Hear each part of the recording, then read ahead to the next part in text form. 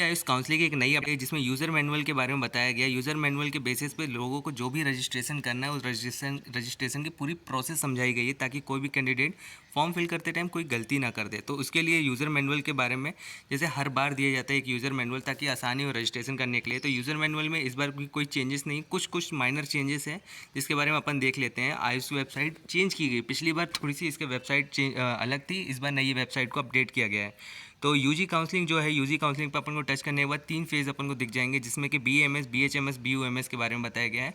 और दूसरा फेज़ है न्यूरोपैथी एंड योगा, जिसको न्यूरोपैथी और योगा के बारे में अपन को एडमिशन करना है तो न्यूरोपैथी वाले पे टच करना है। लेकिन जिसको BAMS, BHMS, BUMS में एडमिशन लेना है उसके लिए प्रोसेस ये है कि जैसे अपन BAMS, BHMS इस पर टच करते हैं तो अपन के लिए एक नीचे ही, जस्ट नीचे ही एक पेज होगा, उसके नीचे लिखा होगा प्रोसेस टू प्रोफाइल क्रिएशन, या फिर जिन लोगों ने प्रोफाइल को क्रिएट कर चुका है तो उनको नया डायरेक्ट रजिस्ट्रेशन प्रोसेस पे जाना होगा।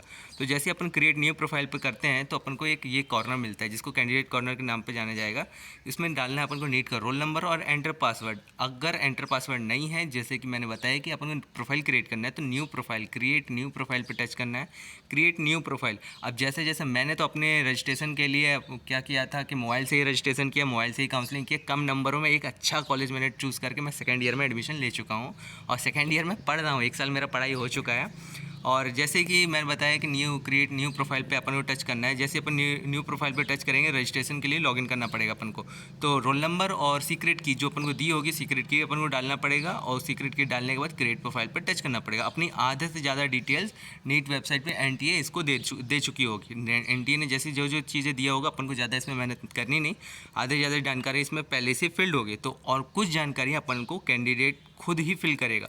तो mobile number, email, alternate number, ऐसी चीज़ें बहुत ध्यान से रखना। ऐसे ही नंबर रखना जो कि ऑलवेज चालू हो, जिसके बीच कोई ग्लिच ना हो, क्योंकि OTP आने में बहुत प्रॉब्लम होती है और फिर फॉर्म फिल करने में बहुत प्रॉब्लम आती है, क्योंकि फिर दोबारा मोबाइल नंबर चेंज करने का ऑप्शन नहीं होता अपने पास कभी भी। तो वही मोबाइल नंबर और ईमेल देना जो कि ऑलवेज चालू हो, कोई ऐसे इधर उधर के ऐसे टेम्परेरी मत दे देना।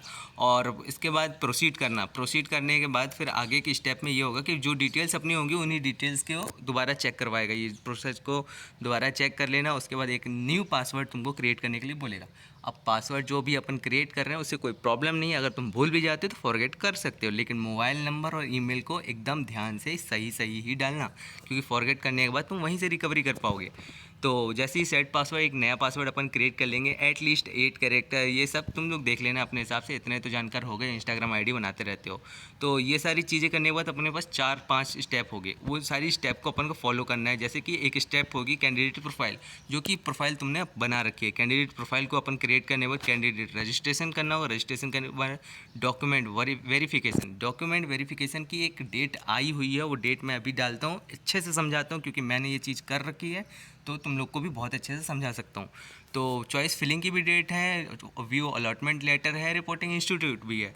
तो इन सारी चीज़ों को जैसे ही अपन क्रिएट कर लेते हैं, करने के बाद अपन को वो सारी स्टेप बाद में होंगी, लेकिन आज के लिए जैसे कि रजिस्ट्रेशन की 4-5 दिन दी गई हो, वो रजिस्ट्रेशन करने के लिए अपन को ये सारी डिटेल्स डालनी पड़ेगी। जैसे ग्रांट ऑप्टेन मार्क जो हिंदी मीडियम से या CBSE से हैं या फिर बाहर से आउट ऑफ स्टेट से हैं, उनको भी पता है कि यहाँ पे क्या क्या फिल करना है। इसमें ऑप्टेन मार्क और मैक्सिमम मार्क और पास फेल के बारे में अपन को बताना है। सब में पास ही करना है, फेल वाले को तो है नहीं, पता नहीं क्यों लिख दिया है। इसके बाद अपन को ये डिस्क्रिप्शन में ये सारी चीज़ें रहेगी कि अपन को ये चीज़ें ले जाना है, ये डॉक्यूमेंट्स ले जाना है, ओरिजिनल एंड फोटोकॉपी के 2 सेट।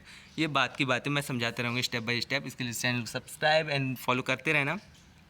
डिक्लेरेशन करके सेव डाटा जैसे अपन करते हैं, अपन के पास पूरी डिटेल्स आ जाती है। इस डिटेल्स को आने के बाद अपन को proceed to payment for registration, एक पेमेंट करनी पड़ेगी। उस पेमेंट के बाद ही अपना रजिस्ट्रेशन डन होगा। और रजिस्ट्रेशन के लिए अपन कोशिश करना है कि UPI का ऑप्शन होता है, क्योंकि UPI ऑप्शन में ये रहता है कि अगर तुम्हारा डेटा मतलब कि अपन ने जैसे पे कर दिया, पे करने के बाद अपना डन नहीं हुआ तो और पेमेंट कट गया है, तो UPI में ये होता है कि जल्दी से बहुत सबसे ज़्यादा फास्ट पेमेंट रिटर्न UPI में आता है। तो UPI के थ्रू ही करना। अगर कुछ गलती हो जाती है, सर्वर एरर हो जाता है, तो इस बेसिस पे UPI सबसे बेस्ट ऑप्शन होता है। तो और उसके बाद जब तुम्हारा सब कुछ हो जाए तो लास्ट में अपन को ये पेज मिलता है। इस पेज को अपन को प्रिंट करा के रख लेना है, कलर में या फिर नॉर्मल चाहे जैसे, क्योंकि ये पेज को अपन दोबारा कभी भी देख सकते हैं। तो वीडियो को लाइक करें एंड सब्सक्राइब करें। आगे की स्टेप को मैं डिटेल में बताते रहूँगा। Take care and bye bye.